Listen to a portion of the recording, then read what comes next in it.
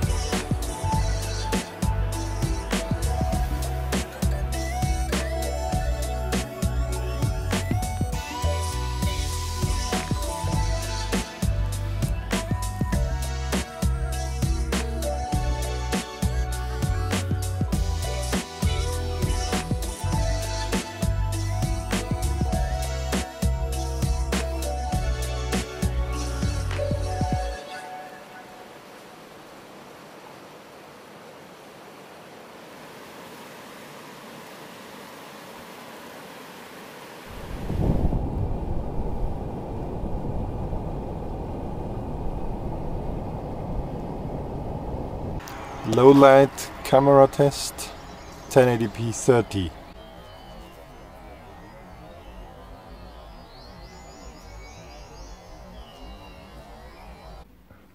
I really like the wide dynamic range feature and I think I will use it a lot.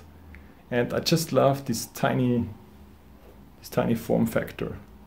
If you have some double-sided tape on the bottom so it has some more friction, and you use a Velcro with rubber inside, yeah, it can't move and it should be good to use.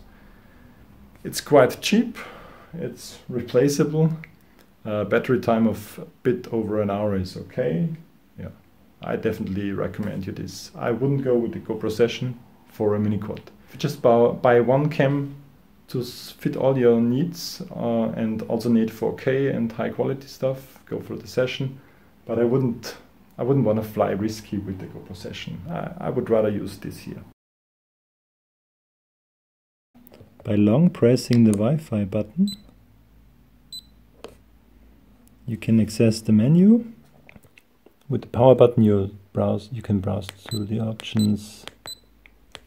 In video we have resolution. Resolution is no big deal, 1080, 60/30 and 720/60, so most of the times you should stay with 1080/60. Only in low light go to 1080/30. There's no auto low light mode.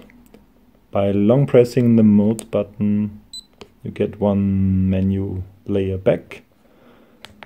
Loop recording, it always records the last 1, 3 or 5 minutes until you hit stop, so it saves you the last 5 minutes. Auto recording is nice. If you power on the camera, it automatically records. Wide dynamic range, this is the most used option. I will tend to use this on as default. Whether you like the colors or not is, yeah, you have to decide for yourselves. Image, we have exposure, which does nothing. We can flip the image, metering, center, average or spot. Field of view is wide, medium or narrow. TV out, we can just change PAL or NTSC. Micro SD card, we can get info and format it. Yeah, let's see how much space. And in general, you can have the G sensor, USB, PC or remote control, feedback beep, power saving mode, system info, you see the version 1.1 is the current I'm on, set and language. Okay, that's it for the menu. Long press to go back. I used the live out cable that came with the cam. It just goes into the monitor like this here. So you can almost get away with using the live out of this cube on a mini quad.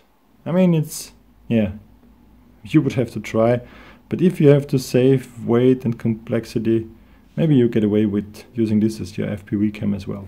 Sorry, it's already used, but I want to test stuff before I make reviews. I don't do just unboxings. This is the rubber part that protects or that keeps your storage card. It's a bit annoying to close it, but it's okay. The back side has the mode button, Wi-Fi or mode button.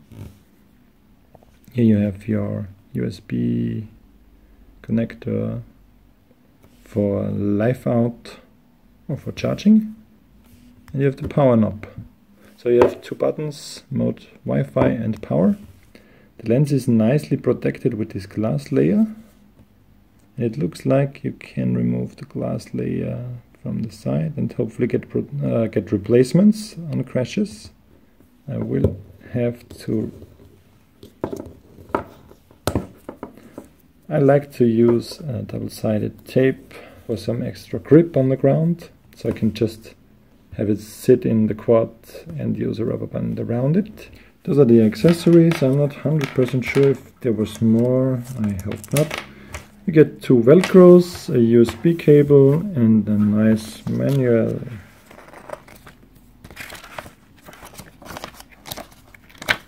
Yeah, manual, but most important, you get a nice cam.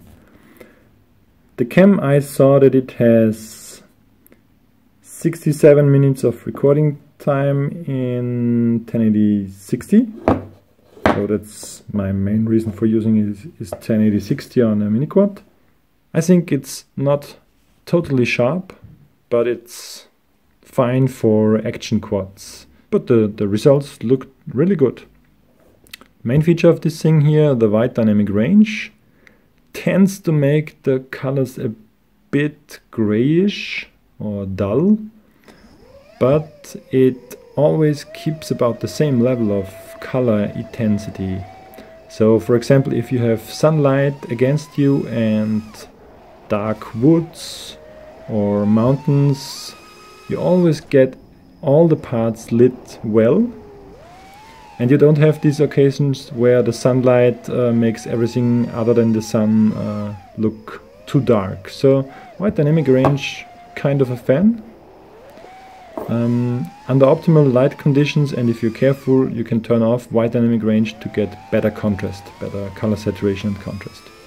But for most times I will leave the wide dynamic range on, because for action quad scenes it just looks better.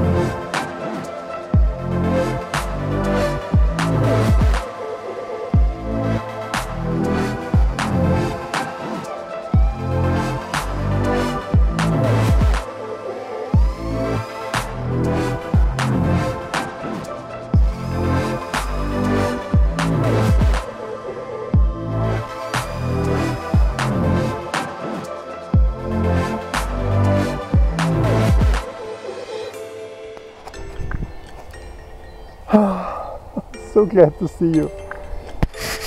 So glad to see this little Runcam just 3 or 4 meters away from my landing site. You really should secure this camera. Thanks a lot for still being with me, Runcam 3. Thanks for watching. Bye.